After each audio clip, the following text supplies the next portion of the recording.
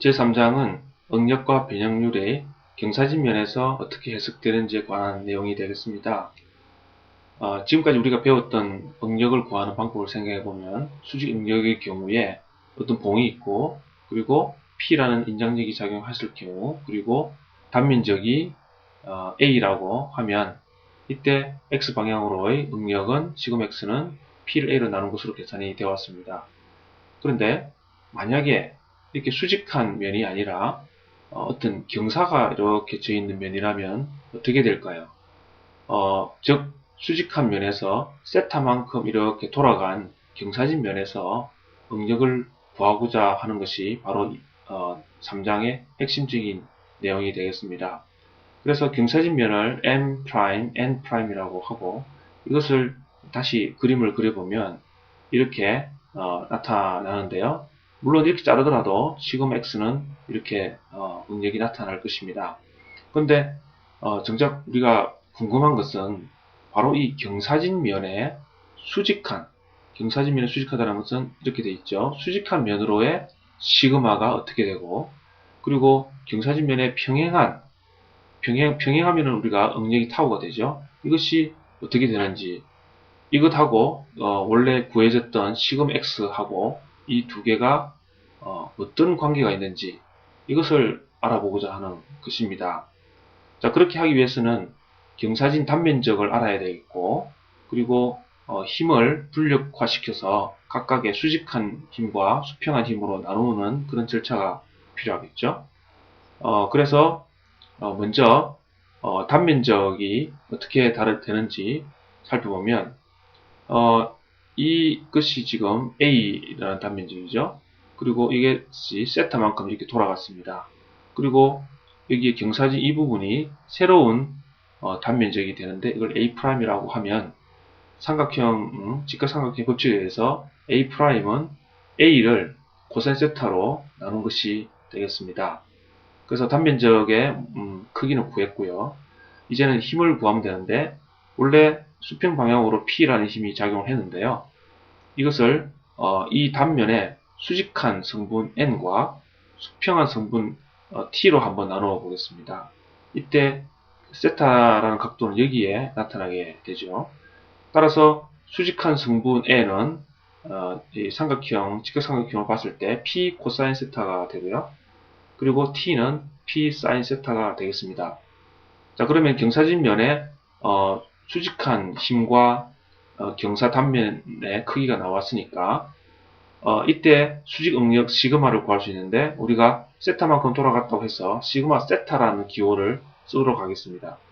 그래서 시그마 세타는 수직력 N을 그 단면적 A'로 나누면 되고요. 그러면 방금 구했던 것을 이렇게 대입을 하면은 이렇게 나타나게 되는데 아시다시피 P를 A로 나눈 것은 여기서 시그마 X라고 했죠. 따라서 시그마 X를 대입을 하면 시그마 세타는 시그마 X 코사인 제곱 세타 이렇게 나타나게 되겠습니다. 또한 경사진 면의 수평한 성분은 전단 응력이 되는데 역시 기호를 타우 세타라고 표현을 하겠습니다. 그러면 수평한 분력 힘 T를 그것의 단면적 A'로 나누어주면 되고 그러면 P 나누기 A 그리고 사인 세타 코사인 세타가 되죠. 그리고 P 나누기 A는 역시 시그마 X로 할 수 있고 삼각함수의 등식에 의해서 2 사인 세타 코사인 세타는 사인 2세타라는 배각 공식이 있죠. 따라서 요거 대신에 2분의 1 사인 2세타를 넣을 수가 있습니다. 따라서 타우 세타는 2분의 1 시그마 x 사인 2세타 이렇게 되는 것을 볼 수 있습니다. 따라서 우리가 좀 전에 궁금해했던 시그마 세타와 타우 세타를 원래 수직 응력이었던 시그마 x와 연결을 시킨 식이 바로 이 식이 되겠습니다. 그래서 이 식을 좀 잠깐 분석을 해보면 세타에 0을 넣어보면 세타에 0을 넣는다는 얘기는 바로 이 수직 이것을 말하죠. 자, 이렇게 됐을 때는 당연히 시그마 세타가 시그마 x가 나와야 되지 않습니까? 그래서 세타에다 0을 넣으면 코사인 0은 1이기 때문에 역시 시그마 x가 나오는 걸 볼 수 있고 이때 타우는 0이 나와야 되죠. 왜냐하면 전단적 자체가 원래 이 면은 없었으니까요. 그래서 세타 이퀄 0을 넣어보면 타우 세타는 0이 되는 것을 우리가 알 수 있죠. 그리고 이제는 다른 각도를 이제 넣어보면 새로운 값들을 이제 구할 수 있는데 45도를 넣으면 코사인 45도는 루트 2분의 1이니까 제곱을 하면 2분의 시그마 x가 되고 타우 세타도 45도를 집어넣으면 사인 90도가 돼서 사인 90도는 1이죠. 따라서 2분의 시그마 x가 되는 걸 볼 수 있고요. 이것은 새로운 정보가 되죠. 지금까지 우리가 알지 못했던 45도 경사면에 대한 정보가 되겠죠. 그리고 90도의 각도를 집어넣으면 코사인 90도는 0이니까 이것은 0이 되어버리고요. 그리고 또 이쪽에 90도를 넣으면 사인 180도는 또 역시 0이죠. 따라서 0, 0이 되는 것을 알 수 있습니다. 그래서 우리는 지금까지 세타 이퀄 0인 케이스만 배웠었는데 드디어 임의의 각도 세타에 대해서도 이 시그마 세타와 타우 세타를 구할 수 있는 능력을 갖추게 되었습니다. 그리고 시그마 세타와 타우 세타는 방향이 이렇게 되는 방향과 그 다음에 t는 이렇게 아래로 내려가죠. 따라서 타우 세타는 이렇게 나타나는 것을 알 수 있습니다. 자, 그리고 이렇게 경사가 된 면에 수직한 새로운 면을 하나 생각해 봅시다. 이 두 개는 각도가 90도로서 수직합니다.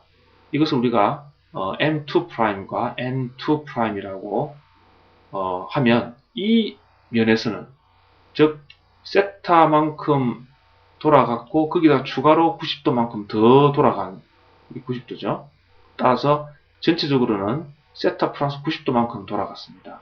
이렇게 더 돌아간 이 두 면에서는 이 면에서는 어떻게 세타가 나타날까요? 자, 이 면에서는 우리가 이거를 표현을 하건대 시그마 세타 프라임이라고 이렇게 프라임을 붙이겠습니다. 그러면 이 시그마 세타 프라임을 구할 때는 세타라는 자리에 세타 플러스 90을 넣으면 되겠죠. 90도만큼 더 돌아갔으니까. 따라서 이제 여기서 구했던 이 식과 이 식에 세타 자리에 세타 플러스 90도를 넣으면 되겠습니다. 그러면 이렇게 넣고 이렇게 지금 넣게 됐습니다.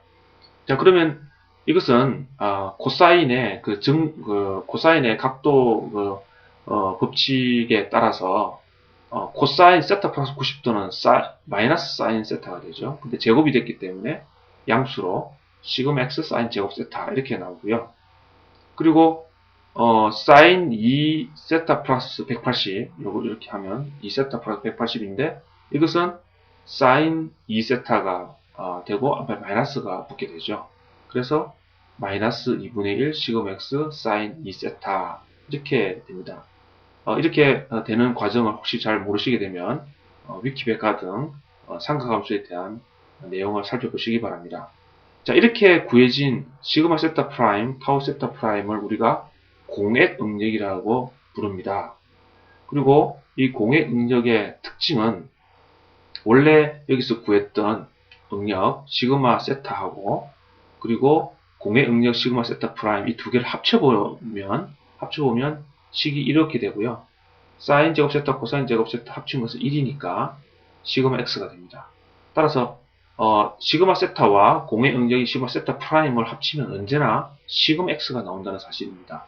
또 하나는 전단 응력 타우 세타하고 타우 세타 프라임을 비교를 해보면 부호만 바뀌어 있고 크기는 같은 걸 알 수 있죠. 따라서 타우 세타와 타우 세타 프라임의 관계는 부호가 차이가 난다는 것이 특징이 되겠습니다. 우리가 앞으로 경사단면에서 응력을 가지고 여러가지 변환을 할 때 부호를 정확하게 서로 통일된 부호를 가지고 접근을 해야 됩니다. 그래서 부호 규약을 자세히 설명을 드리겠습니다. 수직 응력인 시그마와 그리고 전단 응력인 타우를 각각 나누어서 부호를 말씀을 드리겠습니다. 수직 응력은 매우 쉽습니다. 수직 응력은 인장을 받으면 양수고 압축을 받으면 음수입니다. 따라서 이런 형태로 이렇게 인장식으로 작용하면 플러스죠. 그리고 압축을 받는 모양으로 하면 음수가 됩니다. 이것은 상식적으로 금방 쉽게 받아들일 수 있는 모양이 되겠죠. 자, 근데 문제는 전단응력입니다. 전단응력은 양수 부호가 플러스인 경우와 마이너스인 경우를 한번 생각해 보면 경사 단면이 반시계 방향으로 돌아가 있을 때 그때 전달압력 방향이 플러스로 정의를 하고 마이너스 방향으로 즉 시계 방향이죠. 시계 방향으로 돌아갔을 때 그때 전달압력 방향을 마이너스라고 합니다. 자, 이 케이스를 각각 한번 살펴보면 먼저 반시계 방향으로 같은 케이스를 한번 살펴보겠습니다. 이렇게 되어 있는 부분이 반시계로 플러스 세타만큼 돌아가면 이렇게 되겠죠. 자, 그러면 이것을 가상 이 면을 중심으로 두 개로 이렇게 나누어서 한번 보도록 하겠습니다. 그럼 시그마 x가 이렇게 작용을 하게 되고요. 이때 시그마 x를 두 개로 나누게 되면 이렇게 시그마 세타와 그리고 아래쪽으로 가는 타우 세타로 나누어지게 되죠. 그리고 이쪽 면은 역시 반대 방향으로 이렇게 됩니다. 그래서 이 두 개를 합치면 시그마 x가 돼야 되니까요. 즉 이렇게 이런 식으로 합쳐져서 될 수 있으니까 방향이 이렇게 나오죠.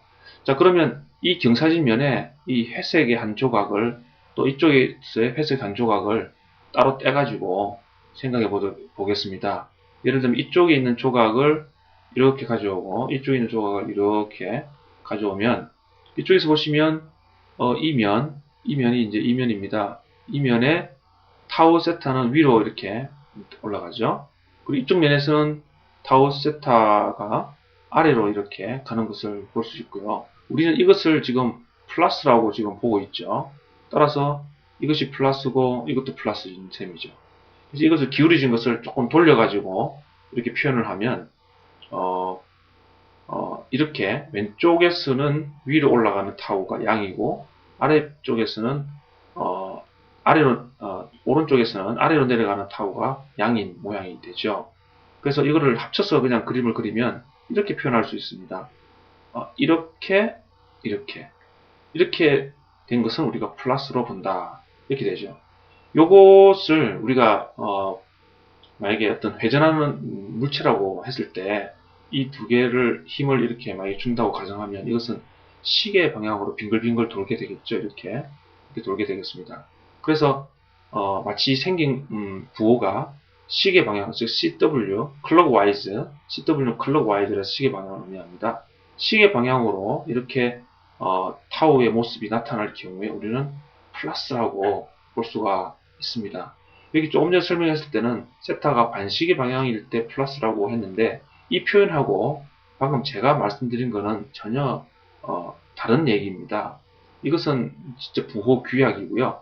그 부호 규약을 가지고 만들어 봤더니 모양새가 그렇다는 얘기입니다. 모양새가 이렇게 되면 플러스가 되고 이것이 바로 반시계 방향 돌아갔을 때 얘기라는 것입니다. 그리고 또 마찬가지로 시계 방향일 경우는 이렇게 된 것이 시계로 방향으로 이렇게 돌아가면 이 면이 되고 이것도 역시 쪼개서 이렇게 두 개로 나누어서 보게 되면 역시 이쪽 면에서는 이렇게 이쪽 면에서 이렇게 됩니다. 그래서 이것도 역시 경사진 면에서 여기 회색 조각을 가지고 우리가 이거를 이렇게 나누어서 살펴보면 관찰해보면 이렇게 관찰해보면 이쪽 면에서는 아래로 가는 게 마이너스 이쪽은 지금 전체가 마이너스 부호니까요. 이 전체가 그래서 마이너스로 표현되고 이쪽은 올라가는 것이 마이너스로 표현되는 것을 볼 수가 있고요. 따라서 이 두 개를 합쳐가지고 보면은 왼쪽 면에서 내려가게 오른쪽 면에서 올라가게 표현되는 것은 우리가 마이너스다 이렇게 되는 것입니다. 이것이 모양새를 보면 마치 이 네모 블록을 시계 방향으로 이렇게 빙글빙글 돌리는 그런 모습이죠. 이렇게 시계 방향으로 돌리는 모습일 때를 우리가 마이너스라고 보는 거죠. 따라서 전달압력은 이렇게 종합적으로 봤을 때 전달압력은 부호는 이렇게 생각할 수 있습니다. 이렇게 돼서 마치 시계 방향으로 돌리는 듯하게 모양새를 전달압력이 나오면 플러스요. 그리고 반시계 방향으로 도는 듯이 모양새가 나오면 마이너스가 된다. 이런 뜻입니다.